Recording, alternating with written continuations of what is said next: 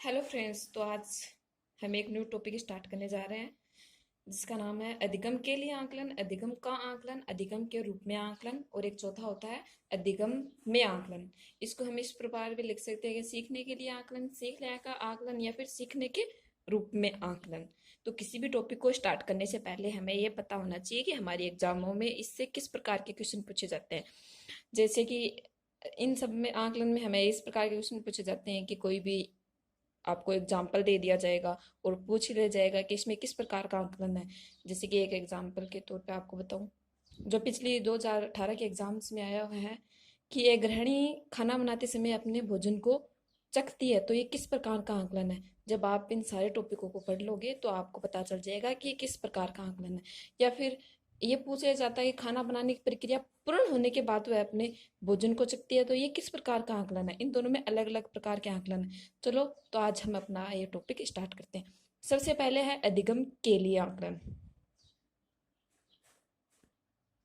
जैसे कि हमारा पहला है सीखने के लिए आकलन या फिर अधिगम के लिए आकलन। जैसे कि नाम से ही स्पष्ट हो रहा है, सीखने के लिए आकलन यानी कि हमको सीखना चाहते हैं और सीखने से पहले यह आकलन करना कि हमें कितना इस चीज के बारे में आ रहा है, कितना इस टॉपिक के बारे में आ रहा है, वो क्या कहाँ कौन सा आकलन होता है, सीखने के लिए आकलन। जैसे कि आप किसी बच्चे को कुछ पढ़ाना चाहते हो, लेकिन पढ़ाने से पहले आपको ये पता होगा कि बच्चे को इसके बारे में कितना ज्ञान है, उसका पूर्व ज्ञान कितना है, वह इसे कितना सीख सकता है, इसकी क्षमता कितनी है, इसमें इसकी रुचि कितनी है। तो आपको बच्चे को अधिगम कराने में अधिक सुविधा होगी।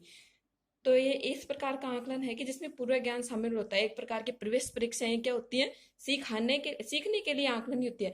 जैसे कि हम किसी भी स्कूल में एडमिशन लेते हैं तो हमारी एक प्रवेश परीक्षा होती है। वो क्या होती है कि वो ऐसे जानते हैं कि बच्चों को कितना ज्ञान है, जो जिस क्लास में हम जा रहे हैं उस क्लास के प्रति उसके उसे वह कितनी क्षमता है उसकी, या क्या यह इस क्लास के लिए उपयोगी है, मतलब ये इस क्लास में एडमिशन लेने के लायक है, इसकी जो मानसिक क्षमता है वह इस क्लास के अनुसार है। तो ये सब क्या होंगे, सीखने के लिए आकलन। तो ऐसे समस्त प्रकार के परीक्षण जांच जो इस उद्देश्य से किए जाते हैं ताकि बालक की आगामी शैक्षिक पृष्ठभूमि तैयार या फिर शैक्षिक योजना बनाने में मदद करे, वो क्या होते हैं, सीखने के लिए आकलन। ठीक है। सीखने के लिए आकलन के अनुसार हम बालक में वांछित सुधार कर सकते हैं, आवश्यकता अनुसार। जैसे कि बालक को किस चीज की आवश्यकता है, हम उसमें ये सुधार कर सकते हैं। सीखने के आकलन से ही हमें पता चलेगा कि बालक में अब कौन कितना अधिगम हो चुका है और उसे कितना अधिगम करना है आगे। तो हम बालक में सीखने के आकलन से क्या कर सकते हैं, वांछित सुधार करते हैं। ये सीखने का आकलन हमें किसी भी प्रकार की उपलब्धि प्रदान नहीं करता। सीखने का आकलन सिर्फ और सिर्फ प्रक्रिया के दौरान चलता है, फिर स्टार्टिंग में चलता है। जो प्रक्रिया के लास्ट में होगा वो अलग प्रकार का आकलन होगा, जिसके बारे में हम आगे पढ़ेंगे। तो अब हमारा नेक्स्ट है सीखने का आकलन यानी अधिगम का आकलन। तो आपने मान लो किसी बच्चे को 5 महीने पढ़ाया, आप 5 महीने पढ़ाने के बाद जो उसका आकलन करते हैं कि बच्चे ने किस सीमा तक अध्ययन किया है, या फिर हमने जो पढ़ाया है वो किस सीमा तक उसने उसने अधिगम किया है उसमें। तो ये सब जांचने के लिए कि उसने जो उद्देश्य हमने निर्धारित किया था उसकी प्राप्ति की है या नहीं की है, ये सब जांचने के लिए हम क्या करते हैं, सीखने का आकलन या फिर अधिगम का आकलन।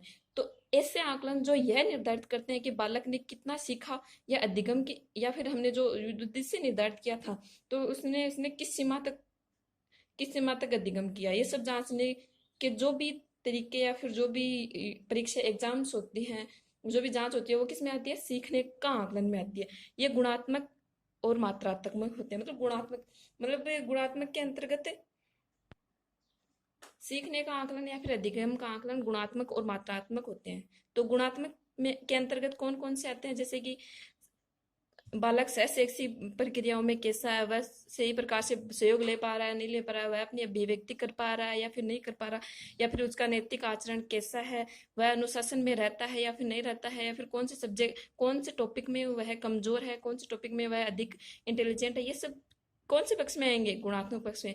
मात्रात्मक पक्ष का मतलब होता है कि मान लो उसने 100 में से 70% प्राप्त किए, तो हम इसे ये सीखने का आकलन होता है। ये मात्रात्मक भी होता है और गुणात्मक भी होता है। ये कब होता है, प्रक्रिया जब शैक्षिक प्रक्रिया समाप्त हो गई तो उसके समाप्ति के बाद होगा। सीखने के लिए आकलन कब होता है, प्रक्रिया के दौरान भी हो सकता है और प्रक्रिया के पहले भी हो सकता है। सीखने के आकलन के जो परिणाम होते हैं वो उपलब्धि प्रदान करते हैं। उपलब्धि मतलब कि हमने अर्धवार्षिक एग्जाम दी, तो वो अर्धवार्षिक ये दीर्घगामी भी होते हैं। दीर्घगामी और उपलब्धि प्रदान करने का मतलब है कि हमने एक अर्धवार्षिक एग्जाम दी और वो अर्धवार्षिक एग्जाम्स के नंबर हमारे वार्षिक में जुड़े। वार्षिक में जुड़ने के पश्चात वो लगातार हमारे मतलब 10th में हमें कितने परसेंट आए, तो वो अभी तक हमारे लिए क्या है, हम जिंदगी भर वही हमारे नंबर्स काम आएंगे।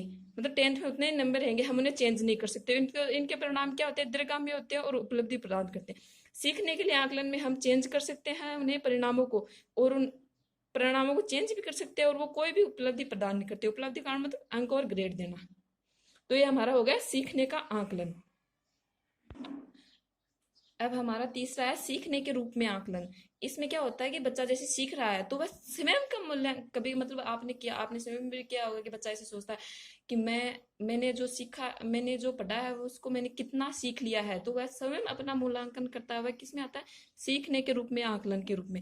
जब बालक जब बालक शिक्षण अधिगम प्रक्रिया के दौरान अपना आकलन स्वयं करता है, स्व आकलन करता है, कि वह क्या कहलाता है, सीखने के रूप में आकलन। जैसे कि मैंने आपको स्टार्टिंग में एक बताया था कि गृहिणी अपना भोजन बनाते समय स्वयं चखती है, तो वह किसके अंतर्गत आएगा, अंतर्गत तो प्रक्रिया के दौरान वह भोजन चख रही है, मतलब वह स्वयं का आकलन कर रही है कि उसने भोजन अच्छा बनाया है कि नहीं बनाया, तो वह कौन से आकलन में आएगा, सीखने के रूप में आकलन, यानी अधिगम के रूप में आकलन, इसके अंतर्गत आएगा।